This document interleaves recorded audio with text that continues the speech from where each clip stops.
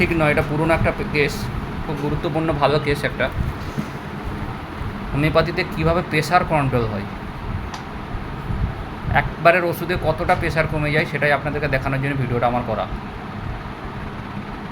শুধু প্রেশার তো নয়, আরও অনেক সমস্যা আছে, সমস্ত সমস্যাই কিন্তু আগের থেকে অনেক ভালো আছে। পেশেন্টের নাম হাসনাবানু বিবি, তাই তো? আচ্ছা, আমার একবারে ওষুধ খেয়ে আপনি কেমন আছেন এখন? হাফ ভালো হয়ে গেছে। এবং উনি আপনার এই যে পায়ের যন্ত্রণা, তারপরে আপনার এই যে ঘাড়ের ব্যথা টাথাগুলোর জন্য আগে অ্যালোপ্যাথি করতেন? কোথায় করতেন? কোথায় কোথায় করেছেন? ডায়মন্ডের হসপিটালে গেছি, তারপরে সেই সিরাকলে ডাক্তার বলে তার কাছে গেছি। কলকাতা পিজি তো আগেই থেকে পিজি তো আগে থেকে গেছে, আগে থেকে 2 বছর 3 বছর গেছি। হ্যাঁ। তারপরে সোনারহাটে জাহিদের নার্সিংহোম বলে, হ্যাঁ, সাগর মুখার্জি, ওখানে দেখিয়েছেন। হ্যাঁ, ওর কাছে তবে উনি সমস্ত ঘাটের জল খেয়ে চলে এসছে, কোথাও বাদ নেই, কিন্তু কোনোভাবেই কিছু কমেনি, কোনোটাতে উনি কিছু কমে না, আর কিছুই হয়নি।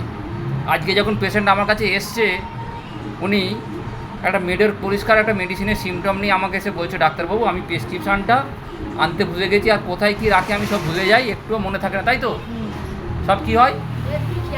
একটুও খেয়াল থাকে, খাবার কথাও মনে থাকে না, মানে এতটাই বেখেয়াল হয়ে যায় উনি। তবে পরিষ্কার চিত্র যে পেশেন্টটার, দেখুন পরিষ্কার চিত্র, উনি আমাকে আগে দেখিয়ে গেছে, জাস্ট আপনাদেরকে এই প্রেশারের কন্ট্রোল আর ওই ব্যথার জন্য দেখানোর জন্য আমি করছি। ওনার পিপাসাটা প্রচণ্ড, রাত্রে উঠে উঠে জল খায়, সারা বডিতে ব্যথা আছে, হাতে পায়ে জ্বালা পোড়া আছে, হ্যাঁ। কিন্তু মেডোর যেটা ব্যতিক্রম, উনি মিষ্টি খুব একটা পছন্দ করেন না, এবং ভাতে উনি নুন খায়, হ্যাঁ, এবং যে কোনো কাজ খুব তাড়াহুড়ো করে এবং সব কিছু খুব ভুলে যায়। পেচ্ছাপের কি সমস্যা যেটা ছিল না আপনার, পেচ্ছাপ পেলে ধরে রাখতে পারেন? ওটা কোনো সমস্যা আছে? পেচ্ছাপ পেলে পেচ্ছাপ ধরে রাখা যায়? মানে যদি কোথায় গেছি যে হয়তো পাচ্ছি না, সময় পাচ্ছি না, চেপে চেপে হয়তো এখন ওই রকম হতো, হ্যাঁ তখন হতো, এখন এরকম একটু। আচ্ছা আচ্ছা আচ্ছা। তবে ওনার ঘাম প্রচণ্ড দেয়, ওনার পিপাসা প্রচণ্ড বেশি, রাত্রে উঠে উঠে জল খাই।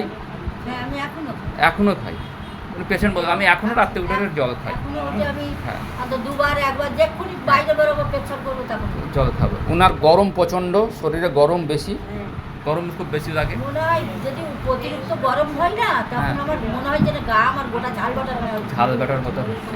দেখুন পাকা দিল যেন আমার শরীরে ঠিক হচ্ছে।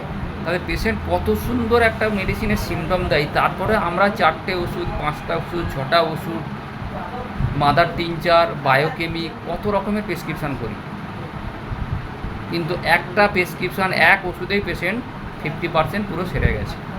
যে পেশেন্টের আগে প্রেশার ছিল 180/100, সেই পেশেন্টটা একবারের ওষুধে ওনার কমে গিয়ে দাঁড়িয়েছে 100 আজকের প্রেশার হচ্ছে 140/100। আজকের প্রেশার আমি করেছিলাম, আজকের প্রেশার হচ্ছে ওনার 140/90।